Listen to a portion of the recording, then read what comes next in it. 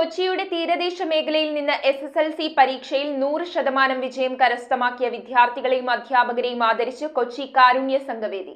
കൊച്ചി നഗരസഭ വിദ്യാഭ്യാസ standing committee chairman VA Sreejith അനുമോദന യോഗം ഉദ്ഘാടനം ചെയ്തു. മുണ്ടംവേലി സെന്റ് ലൂയിസ് സ്കൂളിൽ നിന്ന് എല്ലാ വിഷയങ്ങൾക്കും A+ നേടിയ 14 വിദ്യാർത്ഥികൾക്കും ചടങ്ങിൽ പുരസ്കാരങ്ങൾ നൽകി. കൊച്ചിയുടെ തീരദേശ മേഖലയിൽ നിന്ന് SSLC പരീക്ഷയിൽ 100% വിജയം കരസ്ഥമാക്കിയ വിദ്യാർത്ഥികളെയും അധ്യാപകരെയും കൊച്ചി കാരുണ്യ സംഘവേദി അനുമോദിച്ചു. മുണ്ടംവേലി സെന്റ് ലൂയിസ് സ്കൂളിൽ നിന്ന് എല്ലാ വിഷയങ്ങൾക്കും A+ നേടിയ 14 വിദ്യാർത്ഥികൾക്ക് പുരസ്കാരങ്ങളും വിതരണം ചെയ്തു. കൊച്ചി നഗരസഭ വിദ്യാഭ്യാസ standing committee chairman VA Sreejith അനുമോദന യോഗം ഉദ്ഘാടനം ചെയ്തു. മുണ്ടംവേലി സ്കൂൾ എന്നറിയപ്പെടുന്ന നമ്മുടെ സ്കൂൾ ഇത്തവണ 100% വിജയം കൈവരിച്ചിരിക്കുകയാണ്. അപ്പൊ ആ 100% വിജയം കൈവരിക്കണമെന്നുണ്ടെങ്കിൽ ആൺകുട്ടികളും പെൺകുട്ടികളും ഒരുമിച്ച് നിന്ന് നല്ലതുപോലെ പഠിച്ചപ്പോൾ മാത്രമാണ് ആ 100% വിജയം കൈവരിക്കാനായിട്ട് സാധിച്ചത്.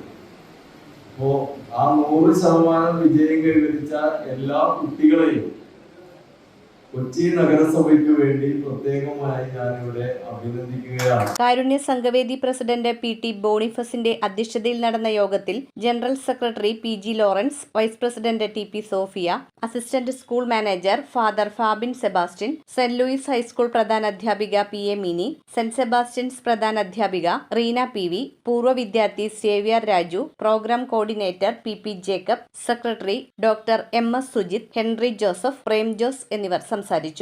നമ്മുടെ തീരദേശ മേഖലയ്ക്ക് അഭിമാനകരമാവുന്ന മിന്നും വിജയമാണ് ഇത്തവണ മുണ്ടംവേലി സെന്റ് ലൂയിസ് ഹൈസ്കൂൾ കരസ്ഥമാക്കിയിട്ടുള്ളത്.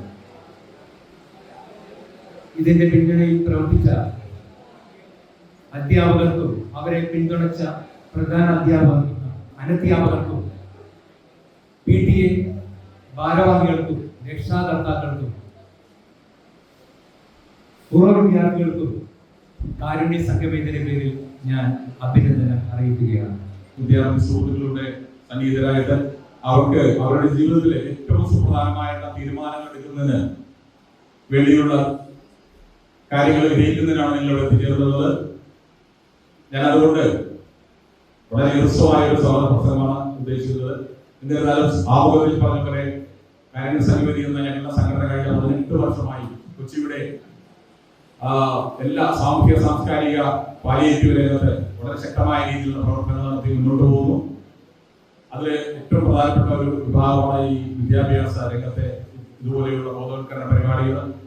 തീർച്ചയായും ഇനിയും തുടർന്നും ഭാവിയിൽ സംഘടന ഇത്തരത്തിലുള്ള പരിപാടികളെ നടത്തിക്കൊണ്ട് മുന്നോട്ട് പ്രയാണം നടത്തും. ഞാൻ അന്ന് പഠിച്ചില്ല, പക്ഷെ പിന്നീട് കാലഘട്ടത്തിൽ ഞാൻ പഠിച്ചു.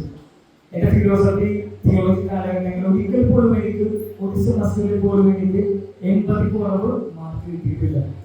എപ്പോഴും എനിക്ക് 80% കൂടുതലാണ് മാർക്ക് കിട്ടിയെന്നുള്ളതാണ്.